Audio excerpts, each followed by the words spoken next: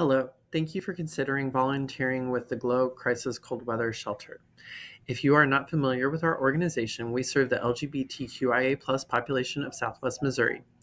Our shelter centers the needs of the LGBTQIA community, but is open to anyone who needs a safe, warm place to sleep on freezing nights.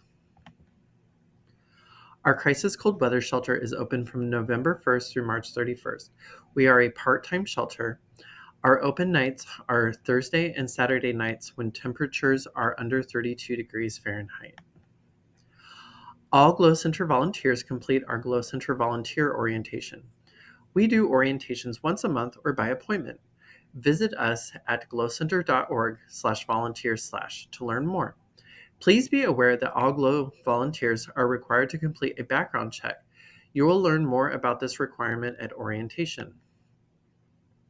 Once your volunteer orientation and background check are complete, you will receive an email from Amelia, our Community Services Specialist and Shelter Coordinator, with information and a link to our Sign Up Genius shift calendar. We will talk about the available shifts in the next part of this training.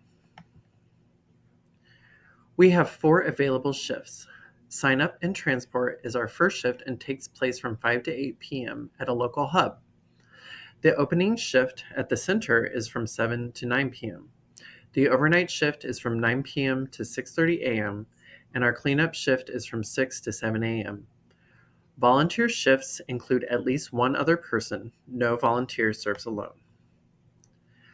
Volunteers for this shift report to the assigned hub from 5 p.m. to 8 p.m. More information on this location is forthcoming. Just be aware that it is not at the Glow Center. Tasks for this volunteer include greeting guests and discussing the shelter. Guests will be signing up during the day, but guests who don't have that opportunity may sign up during this time. We ask the volunteers on this shift to be flexible and to assist the volunteers from other shelters as needs come up.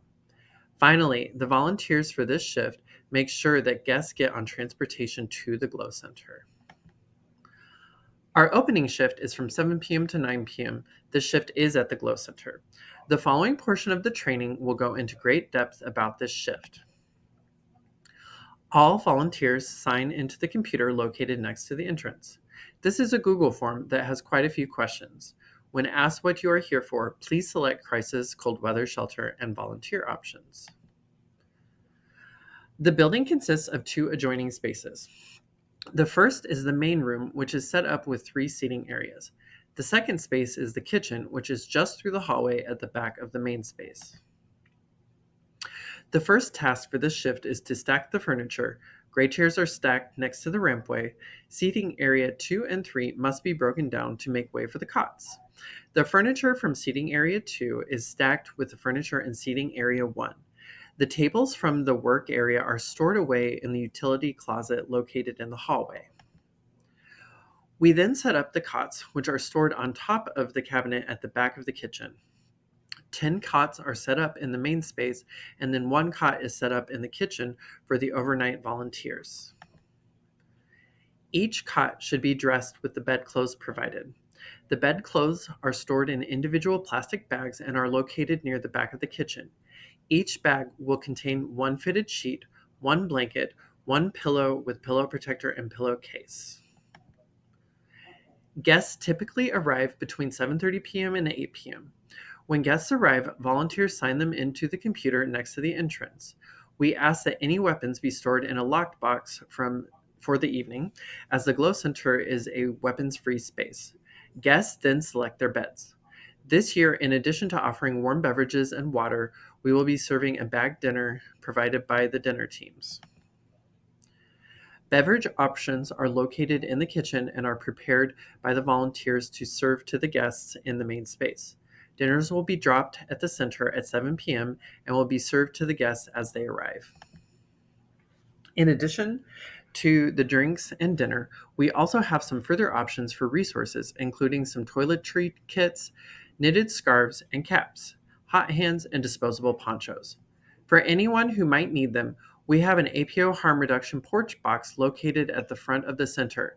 There are lots of options for folks, including wound care kits and Plan B, in addition to the harm reduction options of naloxone, fentanyl test strips, xylazine test strips, safer use kits, and portable sharps containers. The overnight shift volunteers arrive at 9 p.m. Lights out is promptly at 9 p.m. and lasts until 6 a.m.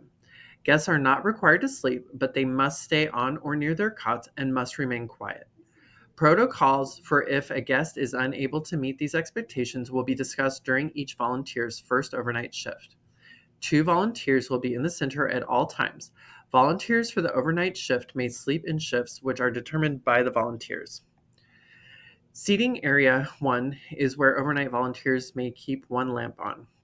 Volunteers for this shift monitor the space and make sure that guests are safe.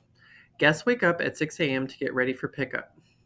We ask that guests place their bedclothes back into the plastic bags.